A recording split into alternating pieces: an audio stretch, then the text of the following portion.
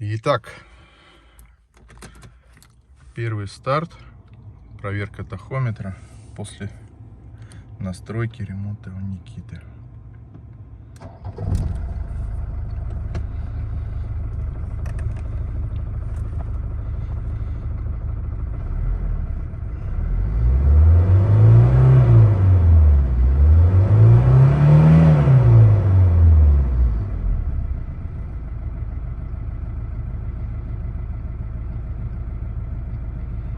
Все четенько.